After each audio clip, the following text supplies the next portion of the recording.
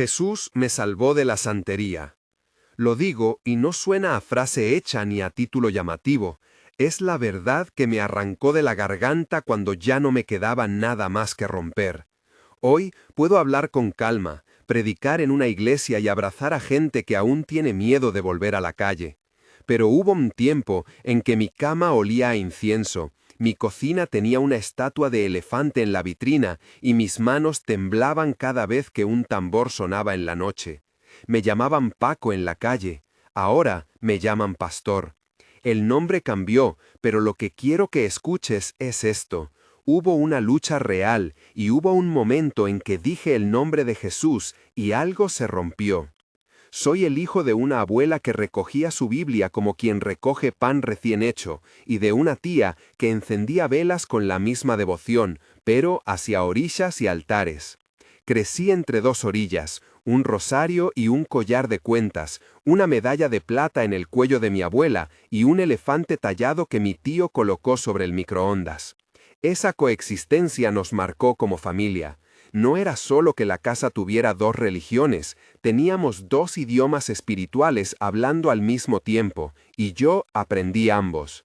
La abuela, con manos arrugadas, me puso a la sombra de los salmos, me enseñó a arrodillarme. Tenía una fe que olía a pan y a café. La tía Lucía, por la otra parte, me enseñó a tocar tambores, a sentir las vibraciones del caracol, a mirar las cartas del tarot como quien atisba el futuro en la palma de la mano. Ella no era una mala mujer, era compleja, hecha de historias viejas, de voces heredadas que venían de la isla, de superstición y del anhelo de proteger a los suyos. Pero en esa protección había un pacto que yo no entendía. De niño tuve pesadillas que no parecían solo de niño. Soñaba con una figura negra en la esquina de mi habitación, alta, inmóvil, como si fuera la sombra de alguien que no se atreve a entrar pero que siempre espera. Despertaba con la sensación de que algo apretaba mi pecho. La abuela decía, «Ora, hijo, la oración te cubre». La tía Lucía decía, «Toma estas cuentas, te protegerán». Y yo tomaba la cuenta y oraba. No sabía entonces que los pactos que se hacen con medidas distintas a la cruz terminan cobrando de formas que no puedes prever. La calle se quedó con mi nombre. Aprendí a caminar recto cuando había que golpear primero, a sonreír cuando había que mentir. La música me salvó y me mató. El rap me dio voz. El mismo rap me empujó a vender lo que pudiera para mantener la historia. Las drogas aparecieron como solución, como abrigo. Primero fue curiosidad, luego un alivio, después una cadena. Con la cadena vinieron las deudas, con las deudas vino la violencia, y con la violencia vino la cárcel. Antes de mi primera detención, pensaba que la religión era una máscara útil, me protegía de ojos malos o me daba un pase para entrar a las casas del barrio. Fui entrando cada vez más en los rituales porque daba resultado, dinero, respeto, miedo en los demás. Fui subiendo peldaños hasta creer que era invulnerable. Me equivocaba. En la casa, esa palabra siempre suena a lugar íntimo y no lo era para mí. Vi cómo se leían caracas, cómo se ofrecían objetos y se sellaban acuerdos con humo, con ron, con nombres. Vi a mi primo, que era el Balá, pronunciar un nombre y hacer que la gente temblara. No voy a romantizarlo. Muchas veces la gente busca sentido y protección donde no la encuentra. Pero también vi que esos lugares tenían un costo espiritual. Las noches se hicieron más largas, las voces más fuertes, la sensación de peso en el alma más real. Hubo noches en las que no podía mover el cuerpo y sentía que algo se posaba sobre mí. Después supe que a mucha gente le pasa lo mismo, parálisis del sueño. Pero en mi caso, a esa parálisis la acompañaban imágenes de altares, manos que lanzaban arroz y una presencia que susurraba mentiras. Eres para esto, no hay vuelta atrás. Esas mentiras se colaban por las rendijas de mi mente y empezaron a dibujar mi identidad. Eres esto, me dijeron, eres el que nunca volverá a pedir a Dios. Y yo, que quería pertenecer, fui creyéndolas. Entré en prisión con cadenas que no se veían, culpabilidad, adicción, un pacto que no supe cuándo firmé. En la celda, la Biblia y el tarot se tocaban como viejos enemigos. Robé muchas cosas, pero una era diferente. Me robé el alma sin darme cuenta. Allí, en el hormigón, con la luz de la lámpara que nunca se apaga del todo, cometí un error que me salvó. Empecé a leer de todo. Leía la escritura por las noches cuando la cabeza no quería callar. Y de día leía otras cosas, textos sobre Islam, panfletos revolucionarios, lecturas de todo tipo que abrían preguntas. Fue allí donde, con ingenuidad, me tropecé con otra cosa peligrosa, la levadura. La Biblia usa la levadura como metáfora para algo que corrompe poco a poco. Yo estaba infectándome y no lo sabía. La cárcel es un lugar donde las ideas se pelean, y yo estaba cansado de que todo me prometiera algo que no se cumplía. El Islam me ofrecía disciplina, algunas lecturas me ofrecían dignidad, pero las mismas páginas que me hablaban de honor me alejaban de la paz que la abuela rezaba por las noches. Fue en esa tensión que una madrugada sentí un empujón interior a hablar con alguien que había estado en mi casa desde niño, aunque yo lo hubiera abandonado, Jesús. No fue un sermón ni un fuego dramático, fue una palabra que salió por la rendija de mi garganta como quien pide auxilio a lo último que queda. Susurré Jesús en la oscuridad de mi celda.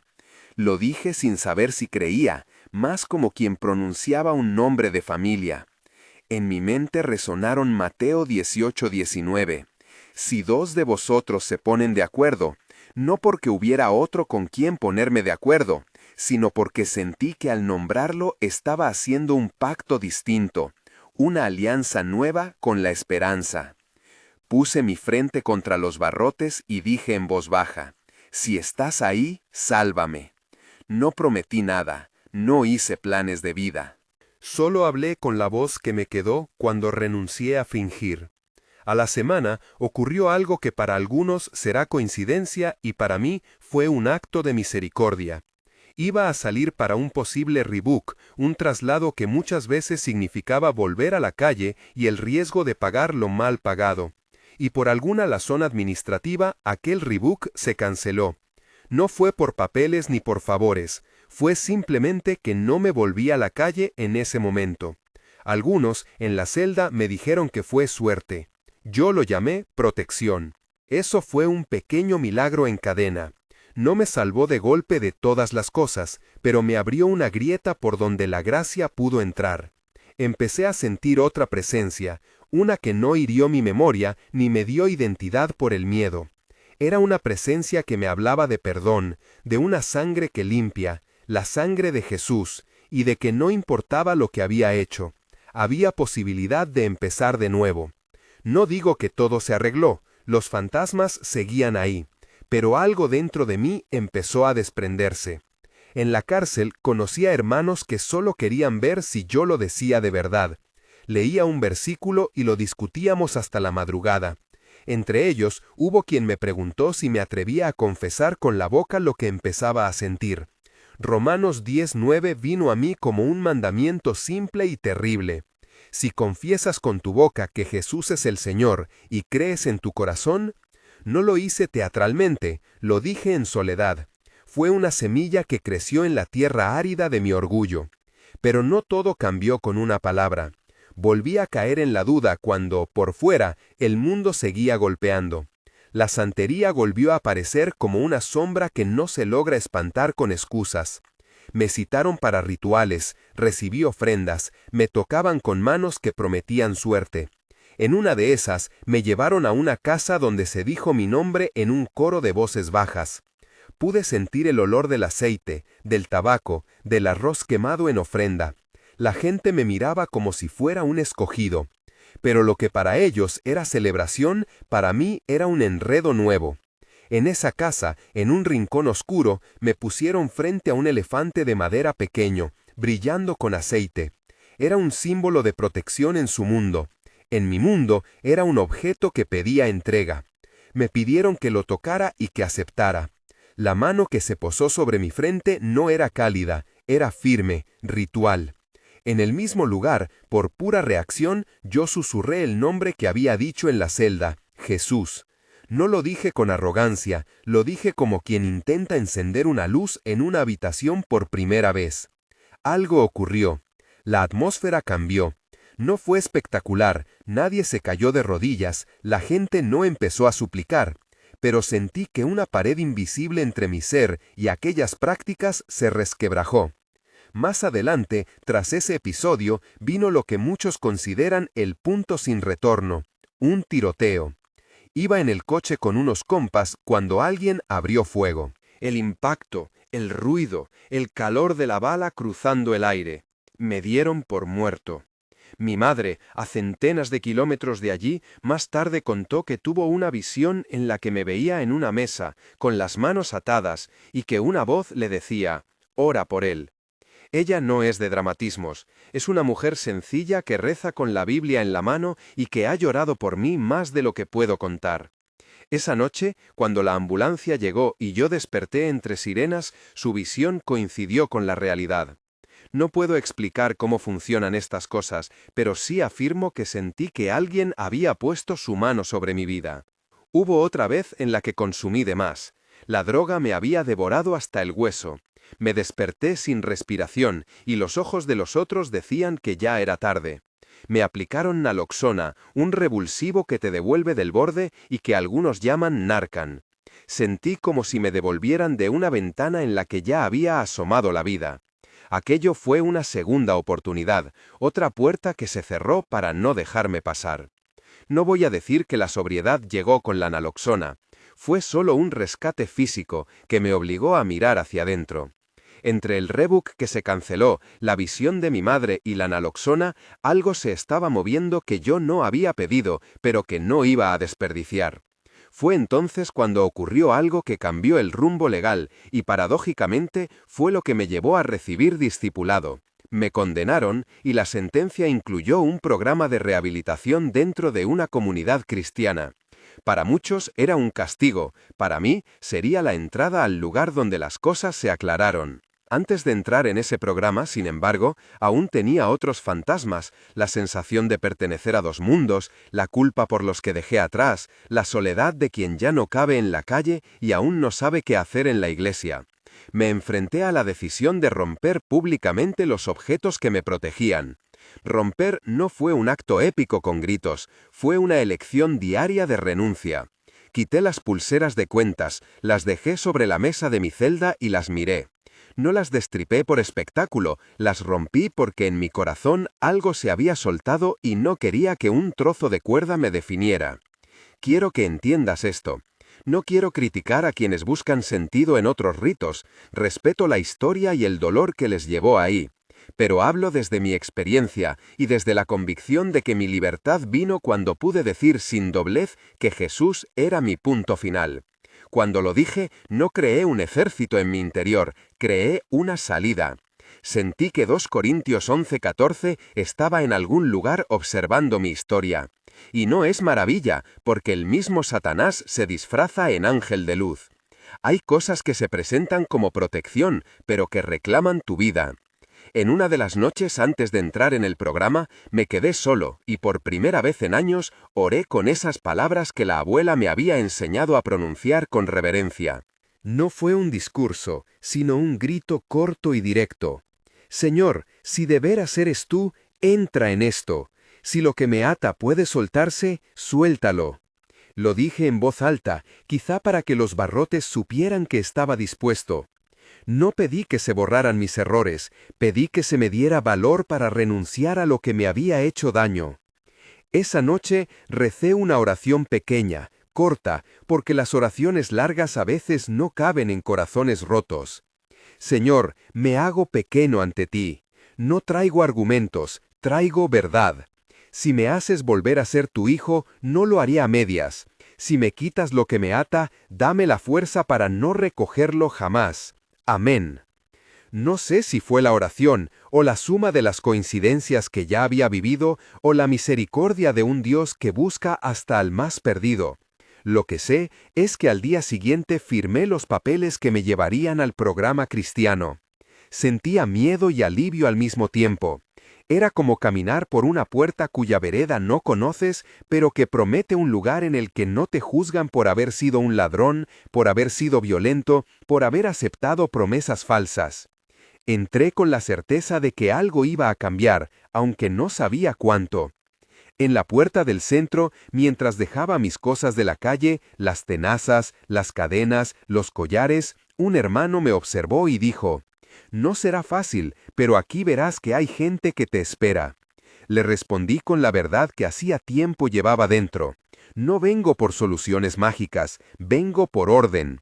No más rituales que me vendan protección, no más supersticiones que me exijan la vida. Pero aún quedaban preguntas sin responder.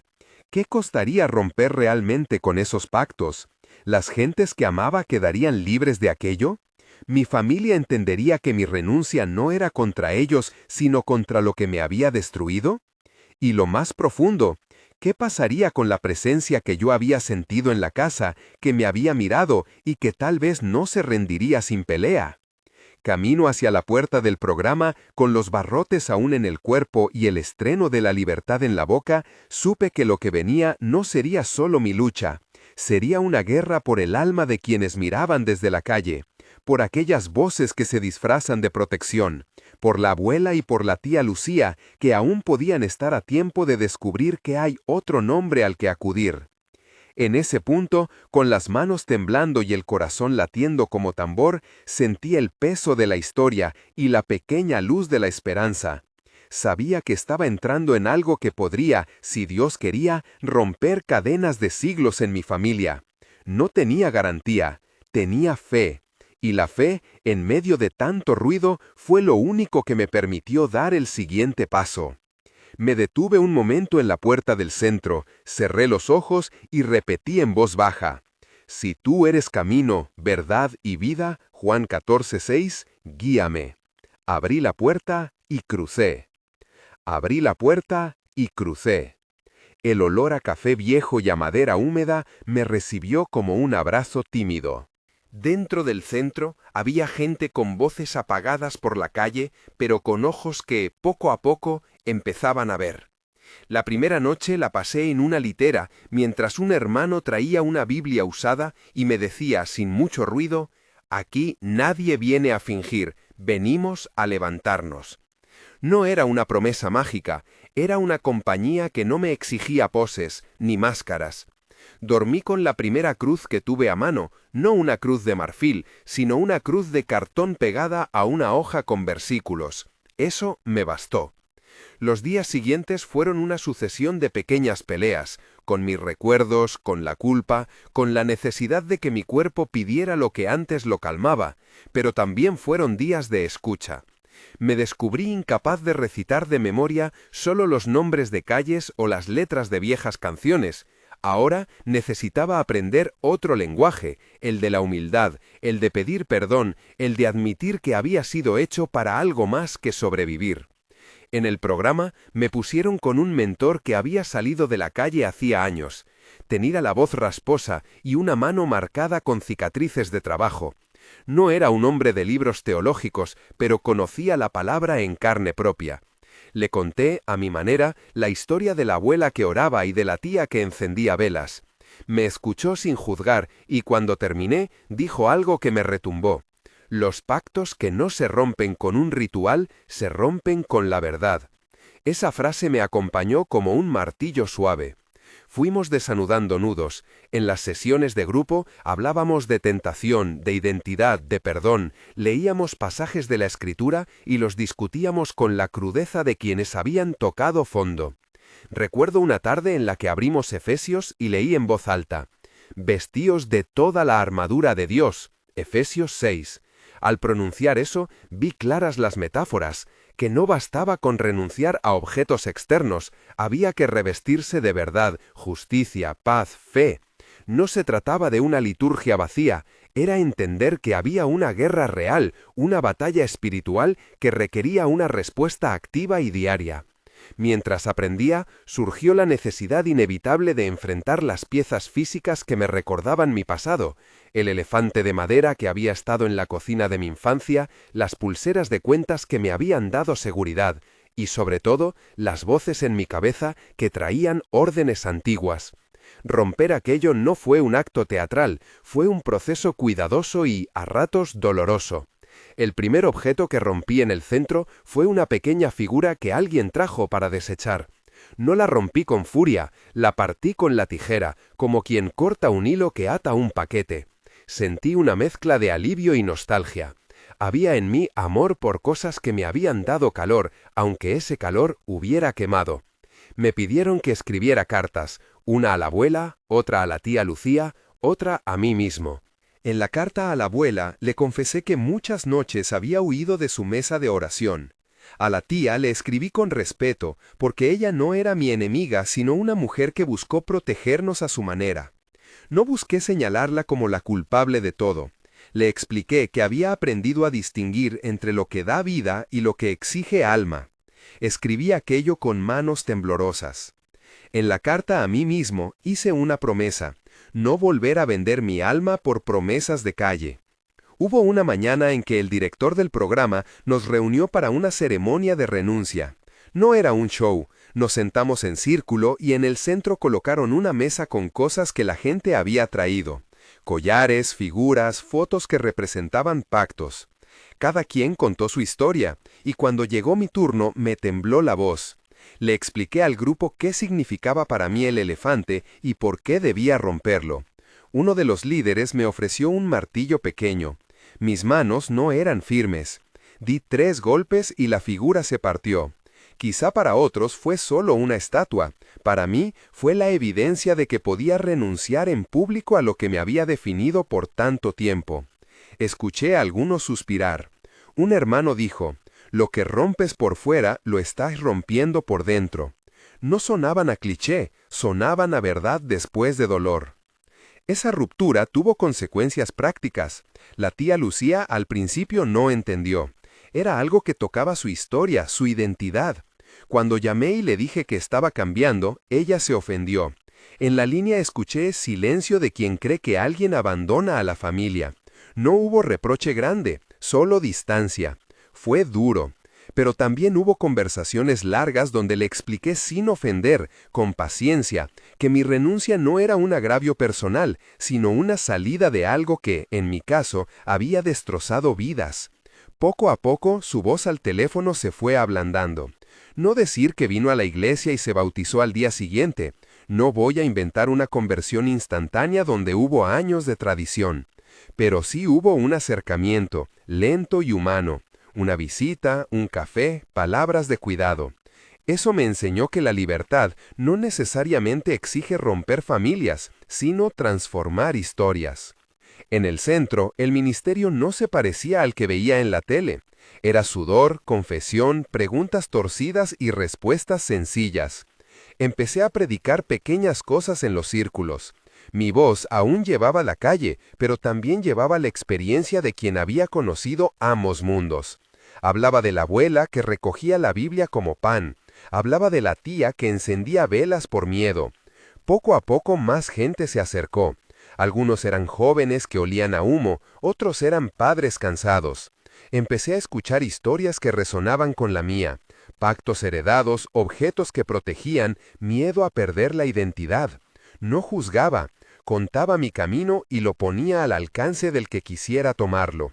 Los ataques nocturnos no desaparecieron de inmediato. Hubo semanas en las que las pesadillas volvían, y hubo noches de parálisis que me volvieron a arropar. Pero algo había cambiado. Ya no me encontraba solo con mi propia fuerza.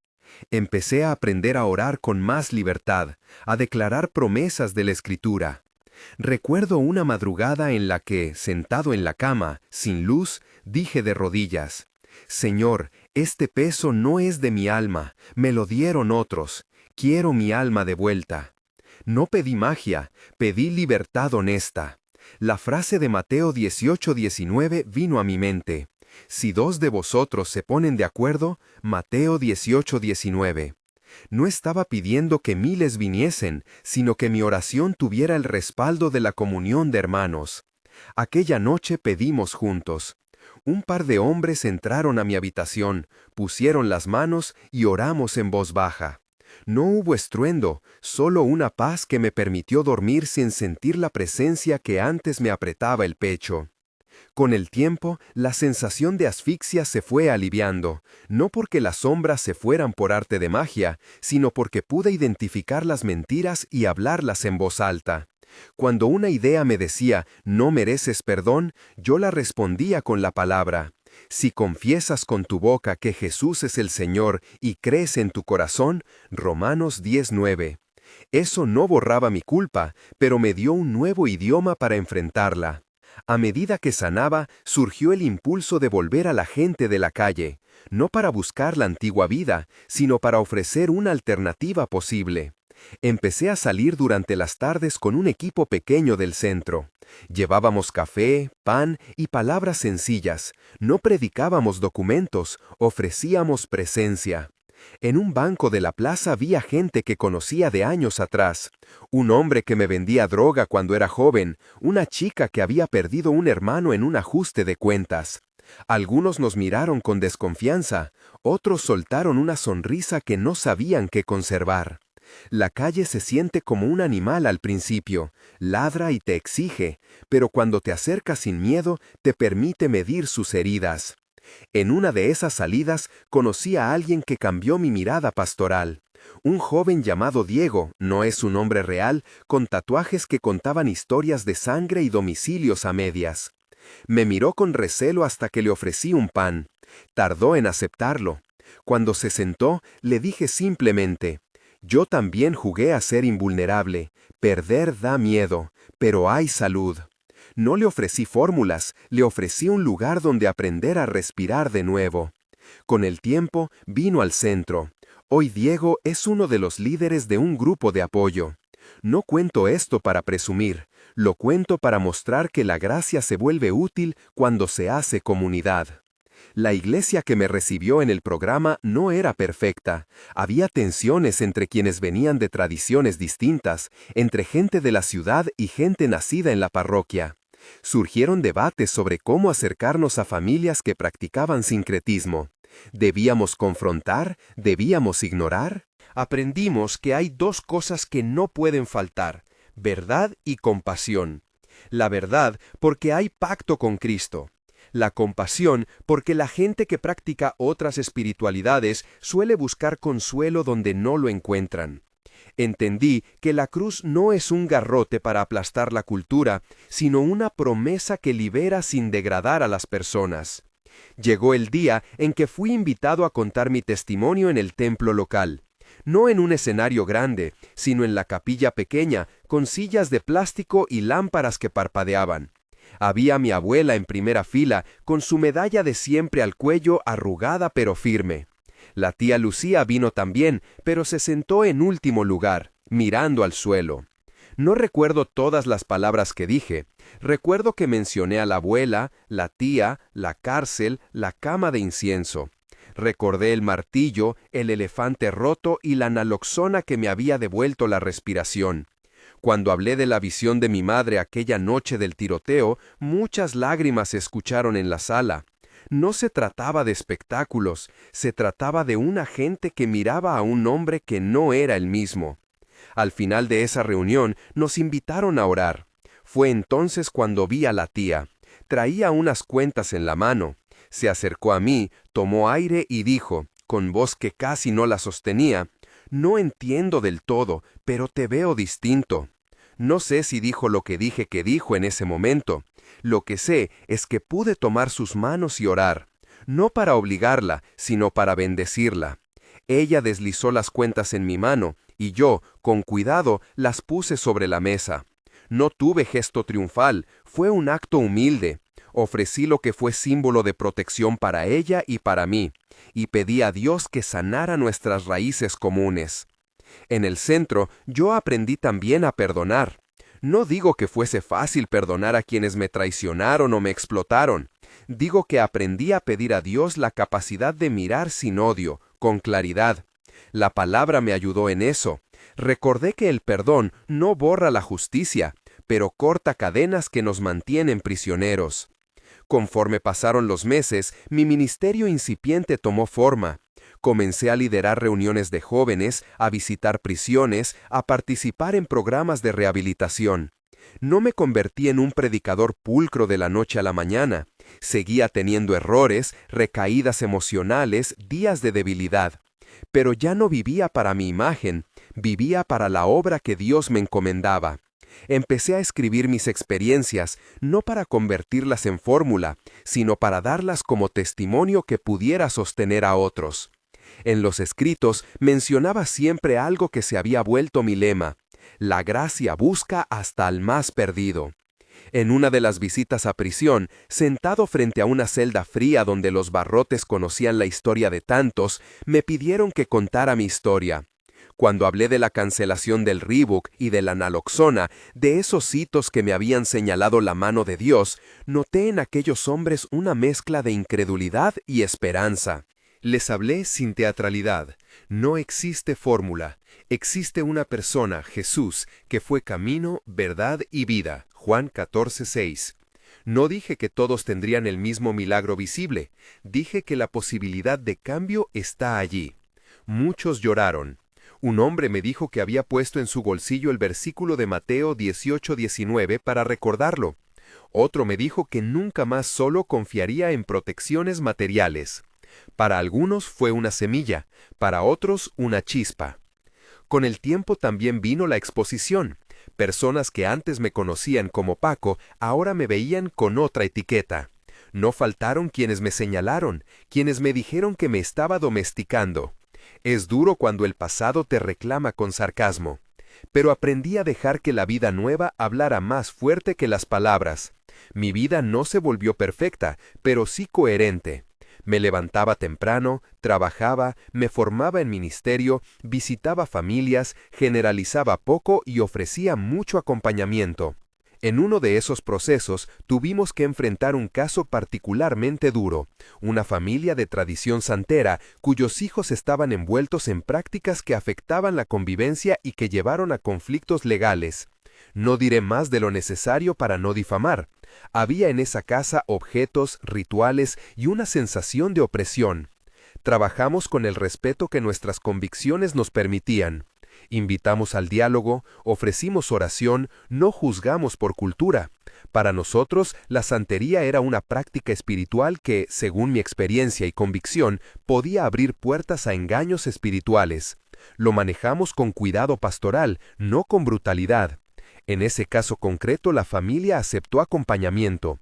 Hubo noches largas de oración, de visitas, de conversaciones con ancianos de la iglesia y con líderes comunitarios.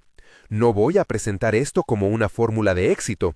Fue más bien un testimonio de distancia y acercamiento lento. Al final, varias de las personas firmaron un compromiso de alejamiento de prácticas que habían causado daño y comenzaron un proceso de seguimiento cristiano. No diré que todos abrazaron la fe con fervor. Sí diré que varias encontraron alivio en romper hábitos destructivos y en recibir apoyo comunitario. En el camino aprendí a hablar con claridad sobre el sincretismo. Hay tradiciones que buscan proteger y sanar, pero que en determinados casos requieren discernimiento espiritual según la cosmovisión cristiana. No hay que denigrar a la persona, hay que mostrar la alternativa de la redención por Cristo. Mi mensaje no fue de odio, sino de llamada a la libertad. Hablaba de la cruz como el punto donde se rescata, no donde se arranca cultura. Decía que la cruz no pide que destruyas tu historia, sino que te permita completarla bajo una verdad que no demanda tu sangre. La vida me llevó a predicar en distintos lugares, plazas, colegios, iglesias. En las charlas siempre repetía algo que había aprendido en la prisión y en el centro. El diablo es mentiroso. Lo decía con la autoridad de quien ha visto la mentira de cerca. Recuerdo una vez, en una reunión al aire libre, que, después de mi testimonio, una mujer se acercó a mí con las manos temblorosas. Tenía en el cuello un collar de cuentas similar al que rompí en la celda. Lo puso en mis manos y dijo: «No sé si creo, pero necesito que esto deje de mandarme miedo». La tomé, le hablé de la gracia, le conté de mi abuela, de la tía, de los golpes, de la naloxona. No la presioné. Le invité a orar conmigo. Nos tomamos las manos en el parque, la gente nos miró y oramos. No la veo hoy como si fuese mi propia familia. La vi como alguien a quien Dios puede alcanzar. No todos aceptarán exactamente lo que yo cuento. Algunos mantendrán su ruta, pero muchos encontraron en esa oración un punto de inflexión. Pasaron años. La familia, a su modo, fue sanando. La abuela murió en paz con la Biblia en la mano. Fue una tarde en que nos reunimos todos. La tía Lucía estuvo presente, en su silla, con el rostro calmo. No diré que ella abrazó públicamente la fe, diré que su mirada era otra. La muerte de la abuela no fue tragedia total, sino un cierre de ciclo que nos permitió afirmar un camino nuevo. En el entierro, varios de mis hermanos del centro llevaron palabras. Hablé de la fe que me plantó mi abuela y de la libertad que me dejó la gracia. Nadie me pidió que borrara mi historia, me pidieron que la ofreciera para quien la necesitara. Mi ministerio creció en base a la honestidad. No hice discursos desde la comodidad doctrinal, sino desde las cicatrices. Enseñaba a leer la Biblia con sentido práctico, cómo usar la oración en comunidad, cómo discernir si una práctica abre puertas espirituales peligrosas, cómo acompañar a familiares que están en tradiciones distintas. En esas enseñanzas citaba Mateo 19:19 como llamado a la oración común. Si dos de vosotros se ponen de acuerdo. No lo usaba para manipular, sino para mostrar que la comunidad tiene poder cuando ora en unidad. Una de las luchas más duras que viví fue con la fama. No la fama del predicador famoso, sino la reputación que te persigue. A veces me llamaban para testimonios en radios y sentía el riesgo de convertir mi dolor en espectáculo. Aprendí a decir no cuando la agenda exigía sensacionalismo. Preferí los encuentros humildes, los grupos pequeños, los cafés con jóvenes perdidos. Ahí sentía que la palabra tenía más fuerza. En ese proceso también tuve que poner límites con la teología barata que promete soluciones express. Haz esto y serás libre. En mis charlas advertía, no hay fórmula. La paz no es una receta, es un camino. Enseñaba prácticas concretas que me ayudaron. Confesión, comunidad de rendición de cuentas, estudio de la palabra, abandono de objetos que reclaman vida y sobre todo discipulado efectivo. No prometía milagros, contaba experiencias.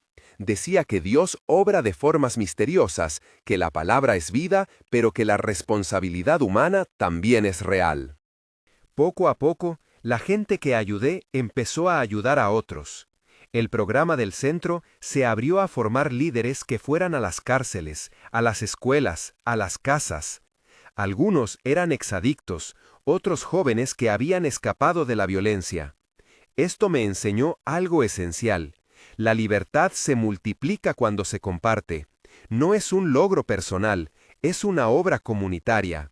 Llegó un momento crucial en el que sentí la necesidad de una ceremonia pública de renuncia más amplia, no para la foto, sino para que la comunidad viera que era posible romper pactos. Organizamos una noche de testimonios y de oración. En el escenario había gente que vino de la calle, madres, ancianos, líderes. Entre los testimonios, una mujer contó cómo dejó un altar que llevaba años en su casa. Otro joven habló de cómo quemó en pequeña fogata fotos que simbolizaban contratos que lo ataban. No era espectáculo, era liberación simbólica que acompañaba un cambio real. Al final de la noche, oramos unidos. Fue un momento solemne. En el silencio, escuché la promesa de Dios de perseguir al perdido, no con venganza, sino con amor. No todo fue lineal. Hubo recaídas, disputas, heridas que sanaron despacio. Aprendí a pedir ayuda cuando me sentía tentado a caer en viejos hábitos. Tenía ahora una red que me recordaba lo esencial, que Jesús es camino, verdad y vida, Juan 14:6, y que la confesión conlleva restauración, Romanos 10:9. Eso no me aseguró días sin dolor, me aseguró redes para enfrentar el dolor. Con los años, la obra creció y nos permitimos nuevos proyectos. Un equipo para visitar prisiones, un taller de música para jóvenes con talento que antes usaban su arte para promover violencia, un grupo de apoyo para familias afectadas por prácticas espirituales sincréticas. Yo supervisaba, aconsejaba, me equivocaba. Cuando erraba, pedía disculpas públicamente. Si hay algo que aprendí en la cárcel y en el centro, es que la humildad reconstruye. En una visita a una comunidad isleña donde muchos mantenían tradiciones de sus ancestros, fuimos con respeto. No fuimos como jueces, fuimos como gente que había conocido dos mundos. Hablé de la abuela, de la tía, de los tambores y de los silencios. Hice énfasis en que no despreciábamos la cultura. Lo que queríamos era ofrecer otra posibilidad, la que no pidió tu sangre, sino tu corazón. Dejamos literatura, invitamos a reuniones y sobre todo permanecimos. No vine a imponer, vine a ser testigo de la gracia que me alcanzó.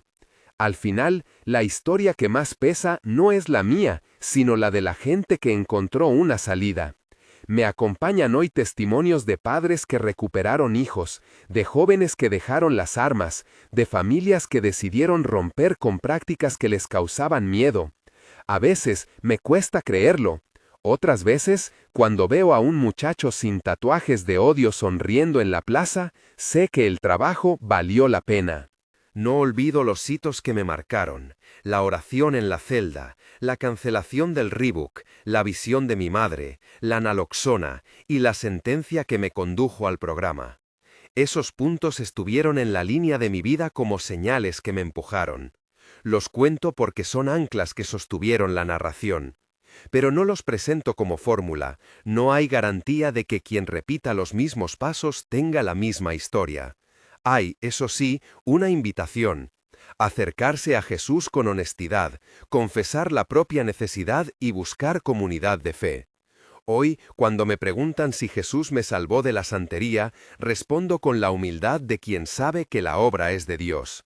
Digo, sí, Jesús me rescató de la vida que me ofrecía cadenas. Digo, sí, la libertad vino cuando acepté la cruz como alternativa al contrato que me pedía vida. Pero también advierto, no rompáis en orgullo lo que es historia, transformadlo con amor. No conviene ser arrogante ni desdeñar, conviene ser compasivo y firme. Al caso pastoral que acompaño le doy 4 ejes prácticos que comparto públicamente cada vez que me piden consejo. Oración comunitaria, pedir en acuerdo Mateo 18-19. Exposición fiel de la Escritura, acompañamiento profesional cuando hay adicciones o problemas legales, y ruptura simbólica con lo que esclaviza, siempre bajo un proceso de seguimiento. No es una receta mágica, es un camino de pasos sostenidos. Antes de cerrar, quiero volver a un punto esencial: la batalla es real y la armadura es necesaria. Hablo de Efesios 6 no para sermonear, sino para invitar a revestirse de verdad diariamente. Hubo noches en que la espada era la palabra y la esperanza el escudo que me protegía de las acusaciones internas. Cuando alguien me pregunta cómo empezar, suelo decir: empieza por confesar en voz alta que necesitas a Cristo. Eso fue lo que cambió mi dirección. Si lo haces en verdad, Romanos 10:9 te brinda la puerta. Si confiesas con tu boca que Jesús es el Señor y crees en tu corazón que Dios lo resucitó, no lo uso como fórmula, lo uso como comienzo. Ahora quiero orar contigo.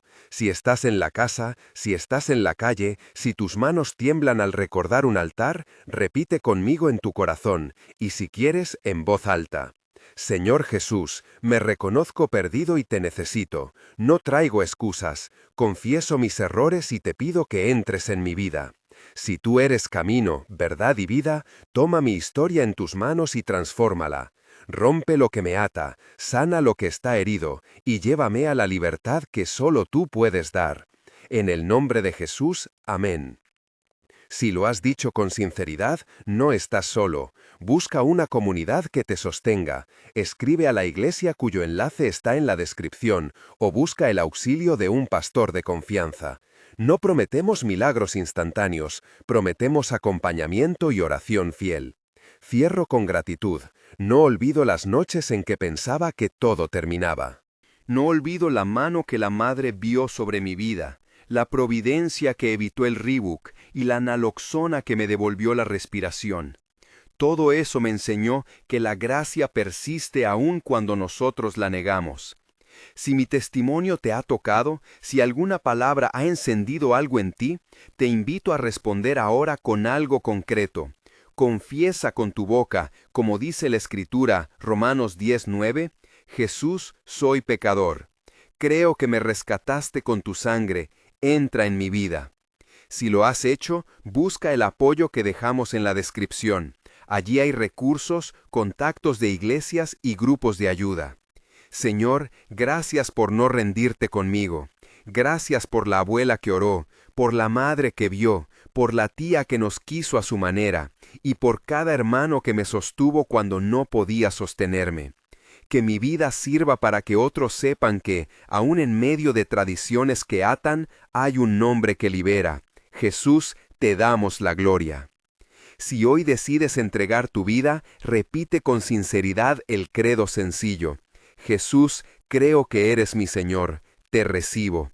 Y si lo hiciste, busca la ayuda que dejamos en la descripción.